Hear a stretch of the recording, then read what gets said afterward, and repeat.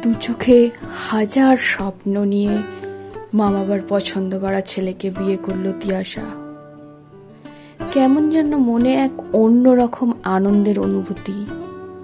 অনেক কষ্টে আজ মা বাবার কাছ থেকে তাদের আদর স্নেহ সমস্ত কিছু ছেড়ে দিয়ে দূরে চলে যাচ্ছে শ্বশুরবাড়িতে তিয়াশা। বিয়ের পর খুব ভালোই ছিল প্রথম দিকটা।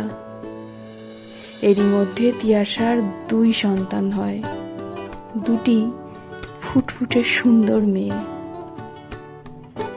তখনও সে জানতো না নিয়তি তার জীবনে কি ঝড় আনবে, কারণ আর 5টি মেয়ের মতো সেও ছিল খুব সুখী স্বামী সন্তানদের নিয়ে।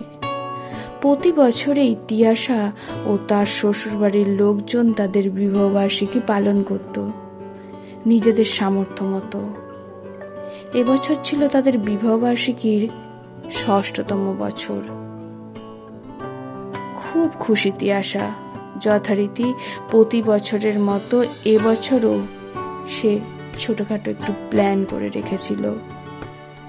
রবিবার ছিল তিয়াশা ও প্রাঞ্জলের ওই শুভ দিনটি, কিন্তু প্রাঞ্জলের ক্লাবের বন্ধুরা বুধবার তাদের খাওয়ানোর জন্য আবদার রাখলো প্রাঞ্জলের কাছে। প্রিয় বন্ধুদের আবদার ফেলতে না পেরে প্রাঞ্জল বুধবার রাতে তাদের একটা ছোট্ট করে পার্টি দেয়। যেহেতু প্রয়োজনীয় কাজ থাকার জন্য প্রাঞ্জলকে 2 দিনের জন্য কাজের জায়গায় যেতে হয়েছিল। সে বাইক নিয়েই যাতায়াত করত। শনিবার সন্ধ্যায় সে ফিরছিল কাজ থেকে। মনে খুশি ও আনন্দের ঝড়। সঙ্গে ছিল তিয়াশার জন্য সুন্দর একটা শাড়ি উপহারস্বরূপ, লাল রঙের, দেখলেই পছন্দ হয়ে যাবে সকলের। সেই রাতেই হয়ে গেল দুর্ঘটনাটি। মারাত্মকভাবে অ্যাক্সিডেন্ট হলো প্রাঞ্জলের গাড়ি। সঙ্গে সঙ্গে হাসপাতালে নিয়ে যাওয়া হয়, কিন্তু কয়েক ঘন্টা মাত্র। কয়েক ঘন্টার জীবন ছিল প্রাঞ্জলের। তারপর আর নেই এই পৃথিবীতে, মারা গেল। সবাইকে ফেলে, সবাইকে ছেড়ে, বিশেষ করে 2টি ছোট্ট নিষ্পাপ শিশুকে ছেড়ে রেখে চলে গেল প্রাঞ্জল এই পৃথিবী থেকে চিরকালের মতো।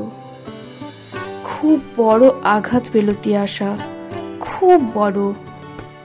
এখন সে 2 মেয়েকে নিয়ে কোথায় যাবে, কার কাছে? বয়স্ক বাবা মার কাছেই বা কতদিন? খুব ভেঙে পড়ল, নিজেকে প্রচুর অসহায় বোধ করল।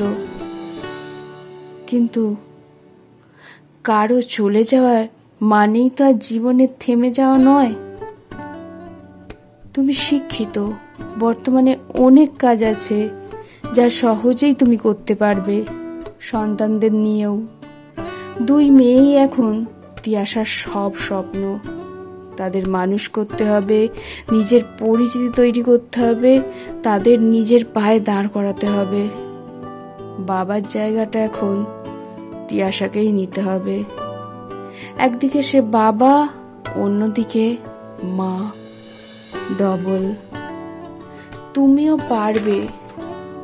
ঘাত, প্রতিঘাত, আঘাত এগুলি তো জীবনের অঙ্গ। এগুলিকে আঁকলে না ধরে রেখে তোমার মনকে নতুন করে তৈরি করো তোমার মেয়েদের জন্য। হ্যাঁ, তোমার ছোট্ট ফুটফুটে ওই 2টি মেয়েদের জন্য। আমরা সকলেই তোমার শুভকামনা করি। তুমি তোমার জীবন যুদ্ধে ঠিক একদিন জয়ী হবেই। তোমার লড়াই তুমি চালাও। তুমি অবশ্যই সাফল্য অর্জন করবে। মনকে শক্ত করো।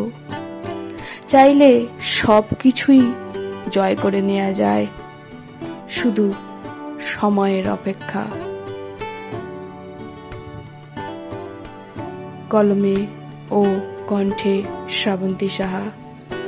আমার এই কবিতাটি যদি ভালো লেগে থাকে তাহলে লাইক, শেয়ার এবং সাবস্ক্রাইব করবেন এবং তিয়াশার জন্য রাখবেন প্রচুর প্রচুর শুভকামনা।